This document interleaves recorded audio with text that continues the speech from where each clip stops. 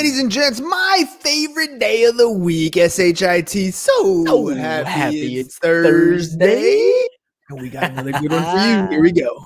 Shut up and sit down. The Business Bros Podcast was created for you. Learn from the business professionals who come to share their stories. Find out what's working in business and social media, what's hot and what's not, straight from the mouths of successful entrepreneurs out there doing the real work. And now, welcome to another episode of Business Bros. It is Thursday. For some of you, it is Friday because we got a 4-day weekend coming up. So let's drop some heat. Here we go. All right, all you business pros out there. Before we jump into the show, just a quick reminder to please subscribe on whichever platform it is that you're listening to us on today. Give us a like, give us a follow, subscribe, and drop a review. Help other like-minded business owners find value from our awesome guests while we rise up in those podcast rankings. We will sincerely appreciate every single one of you for it. And if you want to be a guest on the show, we'd love to have you on to learn from you as well. Go to www.businessbros.biz/guest to schedule your time slot. Don't forget to follow us on all social medias at Business Bros Pod. All right, everybody, we're so excited and so honored to bring yet another incredible guest to the Business Bros Pod.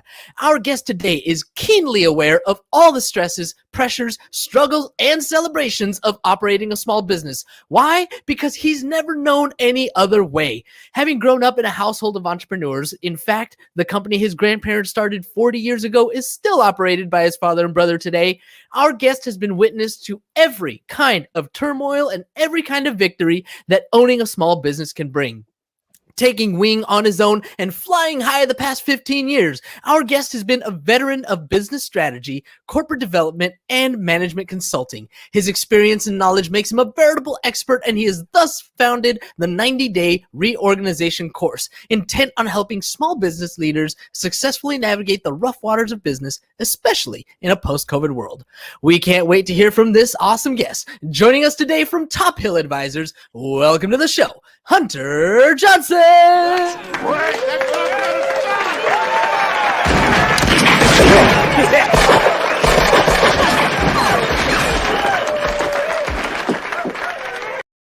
Now that's one heck of an intro, Hunter. How do you feel about that one? That was a hell of an intro. That's one of a kind for sure. Glad to be with you guys. Thanks for having me.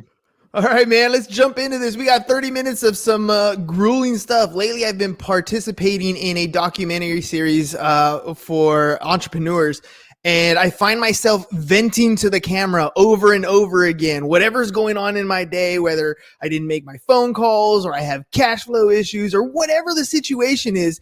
And as I'm watching Startup Hustle TV continue to move forward, I'm seeing other entrepreneurs struggle with some of these day-to-day operations, some of these ups and downs, ebbs and flows in business.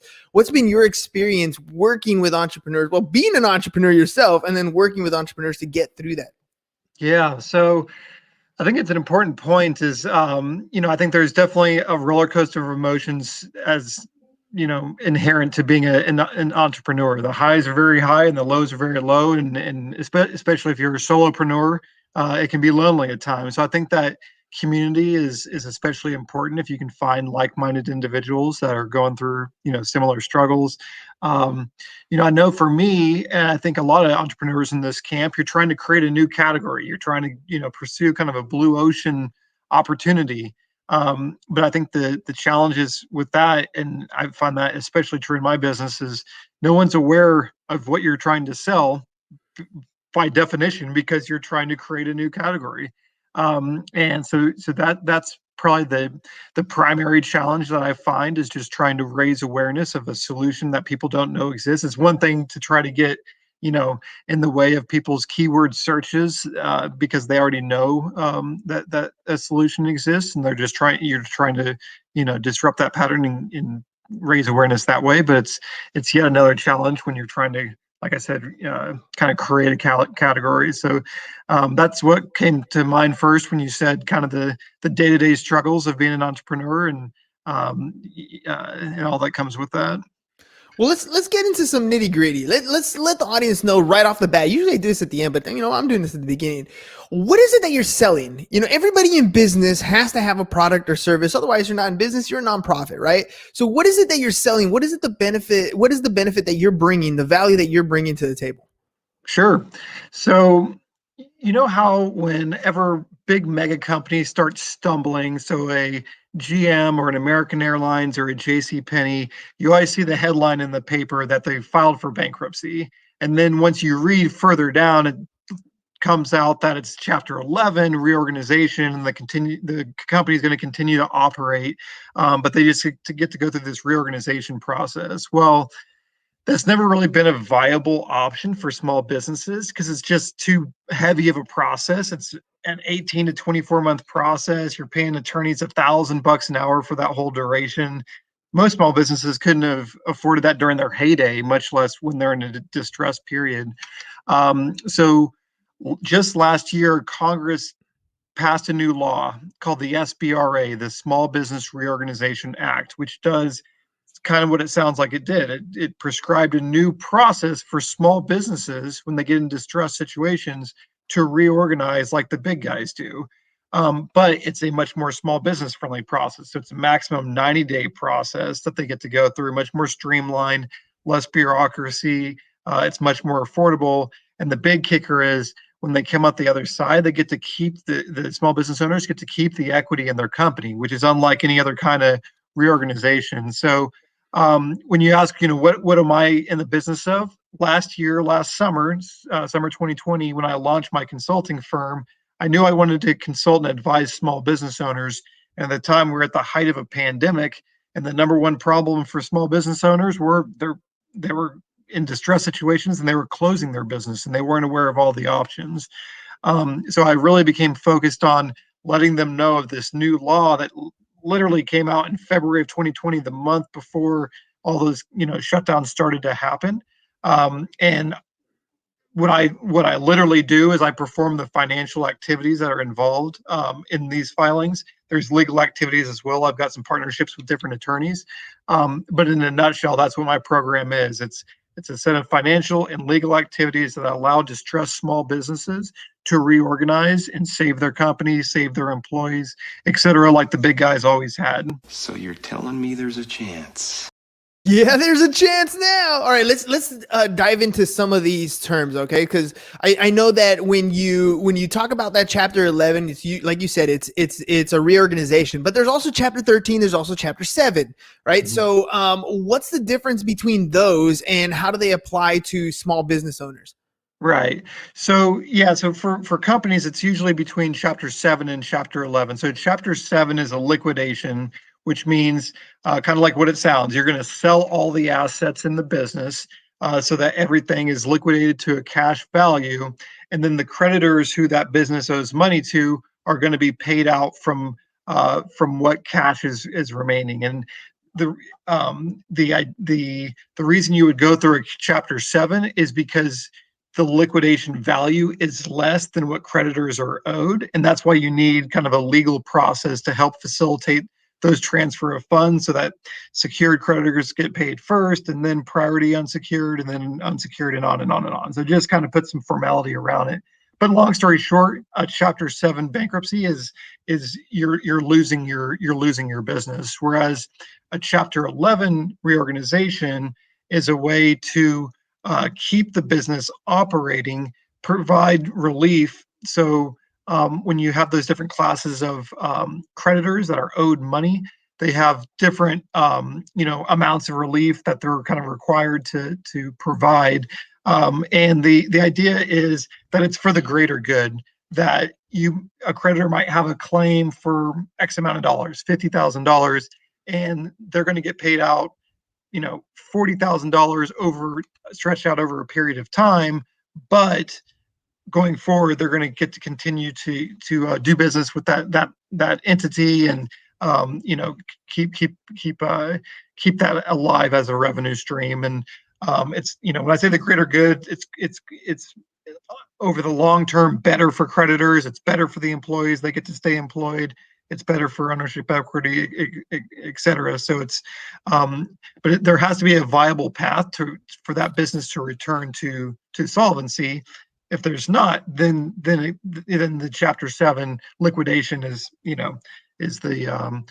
really the only option.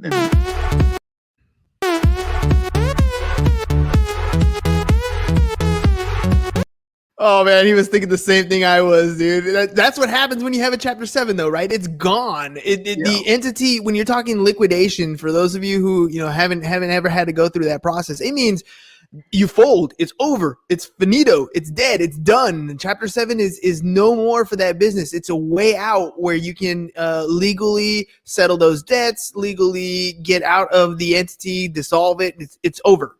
Whereas Chapter 11, that's where reorganization's coming in. If I'm hearing you correctly, with the Chapter 11, you can continue moving forward. Like, you're going to come out of bankruptcy, but the entity will still exist. The relationships will still exist. And you have a pathway, a viable option, a path to get from insolvency to back into a cash flow position. Dude, I almost had you. That sound about right? That's exactly right. And it's a really unique time because there were some businesses that were already struggling, that were kind of never profitable, and COVID was just the straw that broke the camel's back. That's not what we're talking about. We're talking about businesses that had proven their concept, that were profitable, that now are going through this trough because of government restrictions or changes in consumer confidence or whatever whatever situation there is. But the idea is it's a temporary thing. And as the vaccine rolls out and consumer confidence returns, that there's a pretty clear path that business will return to viability. And they just need help getting through this middle period. And this is the mechanism that allows them to get that relief, that allows them to bridge that chasm. How are we determining whether a business is viable? Is there like a time frame? Like, this business has been around for 20 years. Is it tax returns that are showing profits for a number of times consecutively? Because I mean, if you really look at a business, they're not always showing profitability when it comes to a tax return. There's a number of different strategies. I mean, you're talking apartment complexes, you could be talking restaurants, and you're looking at completely different types of revenue streams, different types of P&Ls, different types of. Now, if you know what you're worth, now go out and get what you're worth. Exactly. So is there like a specific industry that you're kind of focusing your attention on?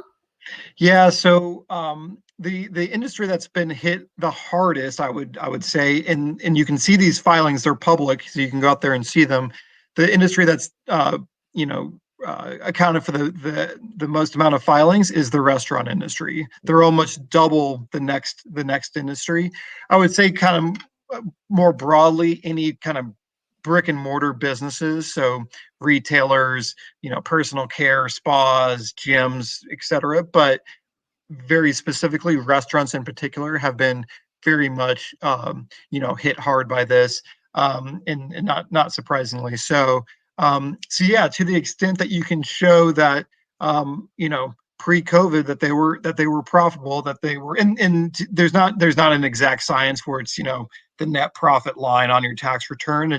There's a number of different ways to do it, and there's definitely some discretion there. But it's really on a 3-year horizon. You put forth a 36-month projection in terms of a income statement, and it needs to show that the cumulative income over that forecasted period will return to a net viable status. And I think you hit on this as well, as that's part art and part science, right? It's trying to project the next 36 months is anyone's guess, but that's really the role that I play, is trying to make that as data driven as possible. Try to use some of these macro forecasts like the CBOE that the government uses, and some of these other macro economic indicators. But it's definitely a fuzzy time in terms of trying to project the future. Roads? Where we're going, we don't need roads. That's perfect, James. That's perfect. So you talk about the 90-day process, whereas a normal Chapter 11 for one of the big boys will take a number of years to complete. If this is something that a restaurant or a nail salon or something like that is ready to kind of look into, what sort of things should they be looking at when it comes to their bottom line? At what point should they decide that, okay, this needs to be my next path forward? No, that's a great question. So the trigger that I always say is, if you look at your cash flow and your cash balance, and you projected what are your fixed costs, how many months worth of fixed costs would you have in terms of your cash balance? And if that number is less, in that 3 to 6 month range or less, then and you're running at a you're running in the red on a month to month basis, then you should really start looking into this and making sure that you're very familiar. I think one of the mistakes that people make is they wait till the very last second and they have no money left in their bank account, and there is kind of a point of no return where it's too late. So it's really a matter of kind of forecasting in that short term, 3 to 6 months. Are you going to be heading to this spot? And if you are, then it's a prudent decision to reach out, make sure that you're informed. And there's a lot of work that you can do ahead of time to try to model what is the relief that you're going to get. And that's one of the differences that in terms of how I kind of go to market, is a lot of other professionals that would help you do this. They're going to charge you hourly, ask for a retainer, bill against that. Maybe it works, maybe it doesn't.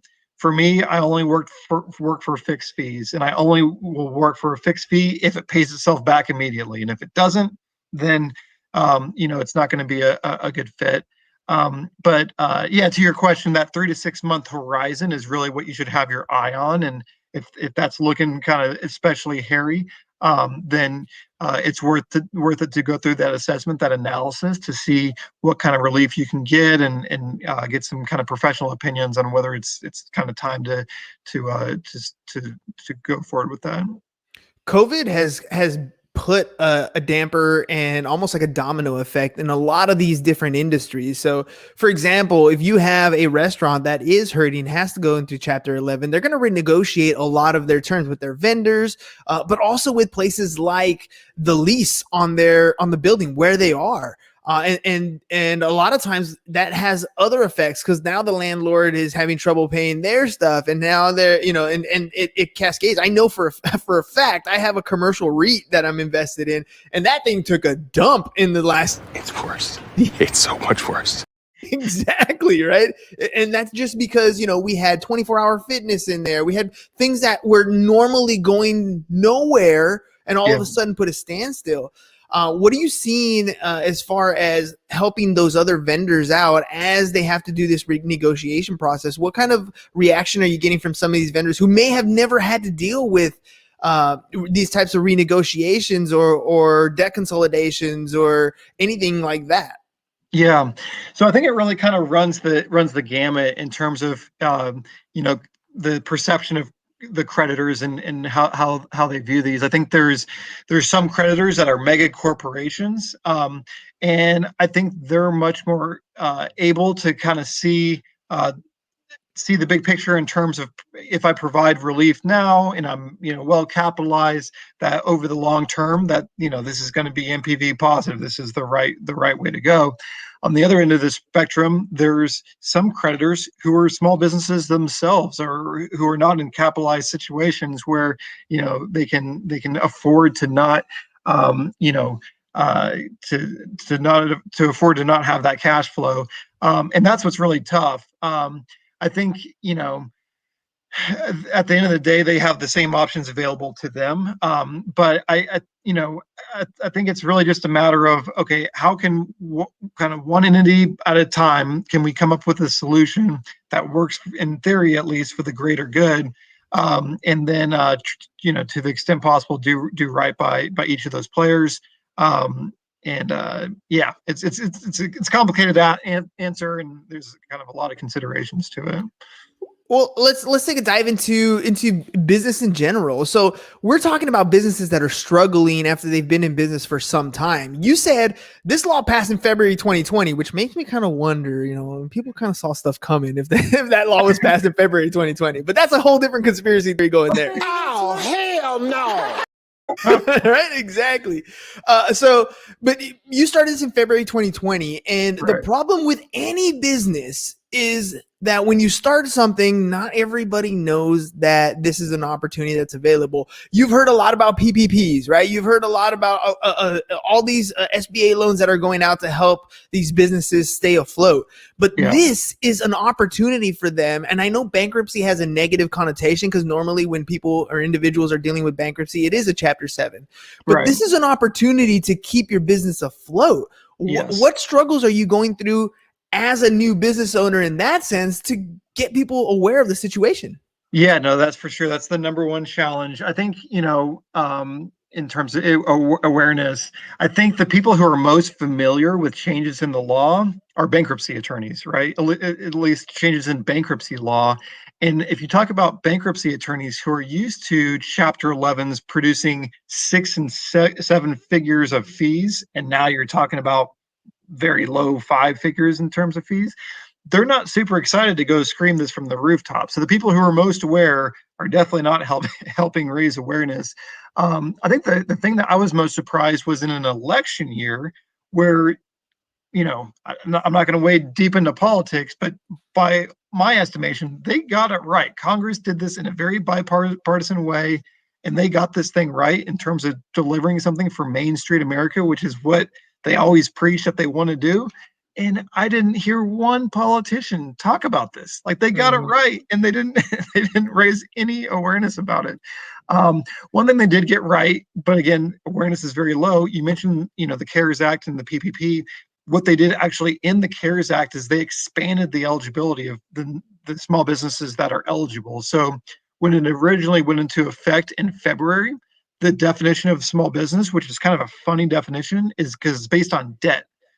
So the original definition was any business with less than $2.7 million in debt is declared a small business, regardless of revenue, regardless of number of employees, purely based on debt.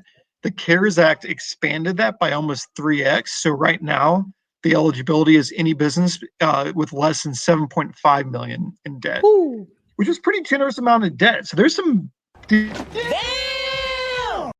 Yeah, better there's believe some it. decent sized companies who are like, hey, by this letter of the law, we can, categorize ourselves as a small business and get through this much more streamlined process to get relief. So yeah, there's definitely an awareness issue.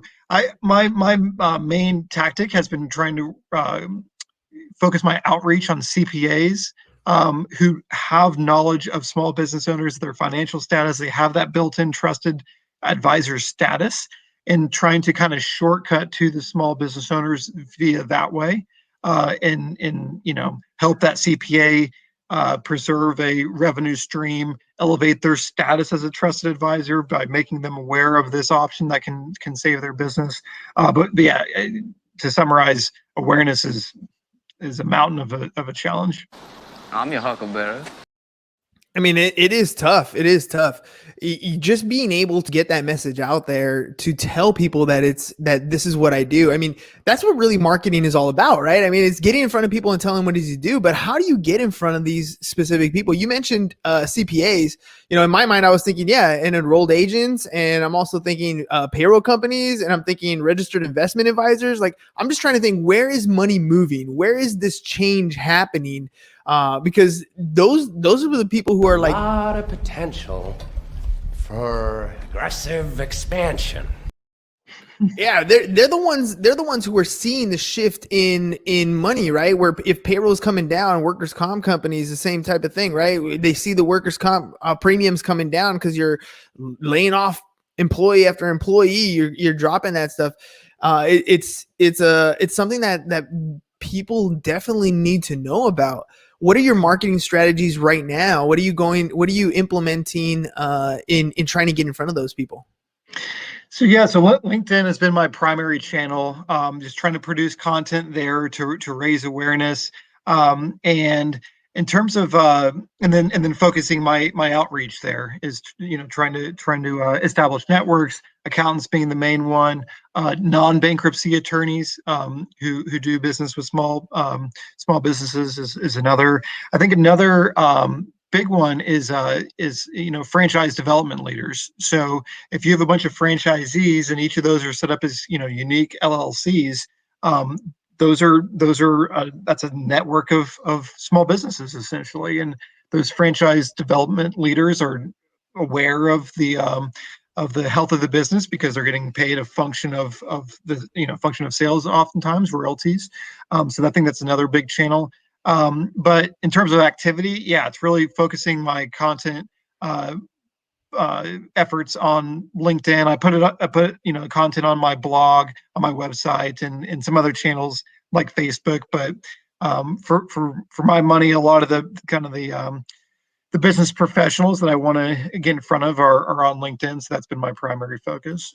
I'm going to connect you with Megan Allen. I had her on the show a while ago, and she helps franchise. She helps people franchise businesses. So I'm sure she has a connection of a bunch of different franchise owners or franchisees that are going through it, right? I mean, depending on whatever that franchise is.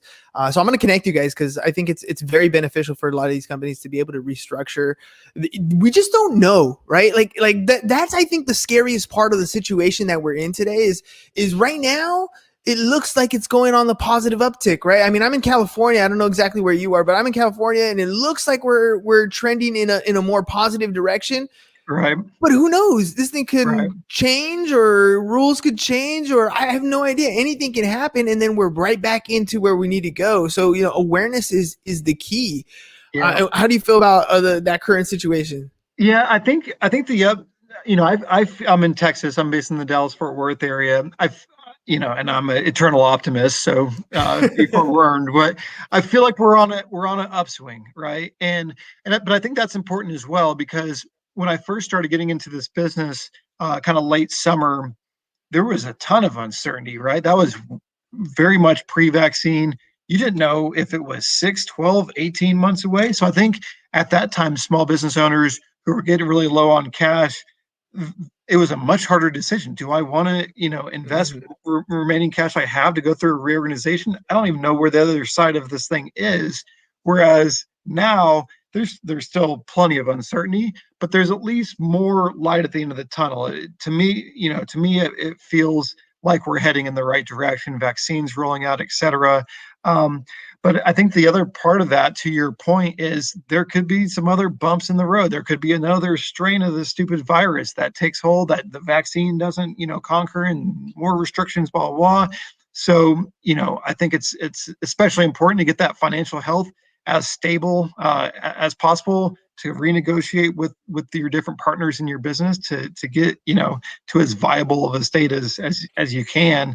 Because as optimistic as I want to be, you got to plan for the worst. Expect the best, plan for the worst, I guess is the right way to summarize. Yeah. Well, I mean, it's really what it comes down to. When you're looking at the numbers are just not going to lie, right? As optimistic as you want to be, when customers can't walk into your business, right? Yeah. That is hurting your bottom line. And then that's really where your business bloodline is. If your bottom line is sinking, if it's red, you're bleeding. Like, that's just what's happening. So people need to be aware of the options. I don't know how many podcasts you've been on or plan to be on, but I'm connected with quite a few different podcast hosts. So I'm gonna get you hooked up with that too, so that way you can start getting that message out there a little more. Ladies and gents, I mean, that's what it's all about. It's about helping each other out. And when you're in business is not a solo sport. I know there's a lot of solopreneurs out there, but you need to use a network. You need to have a team. You need to talk to professionals who know things that you just don't know, give you the opportunities that you need to have. And as far as content creation, you got to do it. Like, this is the exact situation that we're worried about right now. Even though that's available, you're invisible. People just don't know that this opportunity exists. So you have to continue to put content out on a regular basis, and we can help you do that, ladies and gentlemen. Go to businessbros.biz/done for you. We're going to get your content completely created so you post something every single day. So you go from being invisible to being visible to being credible because you're consistent, and then of course being profitable because they know, like, trust you, they're going to do business with you. So go to businessbros.biz/done for you so we can help you get that content out. All right. So Hunter, I want to make sure that I put you on my list, and I'm gonna connect you with other podcast hosts, because I honestly, like, there's so many people out there that just don't know this opportunity is available to them, and you can definitely help them out. Now, we talked a little bit about this being a federal law. So are you state specific, or can you help people across the country? Yeah, so there's a little bit of nuance there. So my side of the services, I can provide that anywhere. I mentioned that I have some different alliances with different attorneys. Usually they've, passed the bar and certified in specific states. So my network of alliances with attorneys is most concentrated in Texas, where I'm based. But I'm able to collaborate with attorneys kind of wherever they are and provide this kind of end-to-end solution. Awesome. So real quick, I know it's already scrolling on the screen, but for our listening audience, can you let people know how they can get a hold of you? Sure. So you can find me on my website, www.tophilladvisors.com, or look me up on LinkedIn, Hunter D. Johnson. And that's where I post, as I mentioned, the majority of my content. You can connect with me there. Perfect, man. All right, ladies and gents, you heard it. Look, there's different opportunities out there. You don't have to completely fail. If you've been in business for a while, now I understand if you're done and you're just going to call it quits, this is a perfect time to retire. But if you're not, if you need the opportunity to restructure yourself, this is a perfect time. Take advantage of what Hunter's offering. At least get a consultation to know exactly where you are and what that path forward could look like for you guys. So tophilladvisors.com. Check out Hunter D. Johnson on LinkedIn. Ladies and gentlemen, I hope you got a productive, or at least you got something out of today's episode, because that's our goal every single day, to give you more value in time than you took up to listen. Hunter, thanks again for coming on the show, man. Appreciate it. Good deal. It was fun. Thanks for having me. All right, ladies and gents, we'll see you guys mañana. Have a great SHIT. So happy it's Thursday. We'll see you mañana. Thank you for listening to the Business Bros Podcast. Are you looking to get more clients or to increase your income? Hernan, the business bro, can help you generate referrals through the power of podcasting. And James, the insurance bro with Pipeline Insurance, can help you effectively add insurance to your existing business. If you are ready to create wealth today and generational wealth for tomorrow, email businessbros@csfirst.com to schedule a free consultation, or join the Business Bros Network, www.businessbros.biz.